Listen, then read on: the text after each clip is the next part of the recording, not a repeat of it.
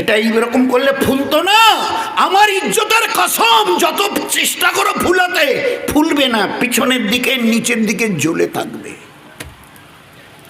এই যে স্ট্রেট হনন করে, কালকের ওই নিজের বেডরুম থেকে দাঁড়িয়ে সিধে হয়ে ওই যে বাথরুমটা, বেডরুমের সঙ্গে অ্যাটাচড বাথরুম, 2 হাত 3 হাত বড় জোর, এখান থেকে উঠে ওইটুক যাওয়ার মতো হিম্মত থাকবে না তোমার। So be careful. দিন আসছে তোমার অজান্তে সব কিছু সরে যাবে, একটাবার তোমাকে জিজ্ঞাসা করব না, আর ধরে রাখবার কোনো ক্ষমতাও তোমার থাকবে না। দেবে চ্যালেঞ্জ, আছে ক্ষমতা, ইজ দেয়ার এনি পাওয়ার? হুশ করে চলিও এই জমিনের উপরে।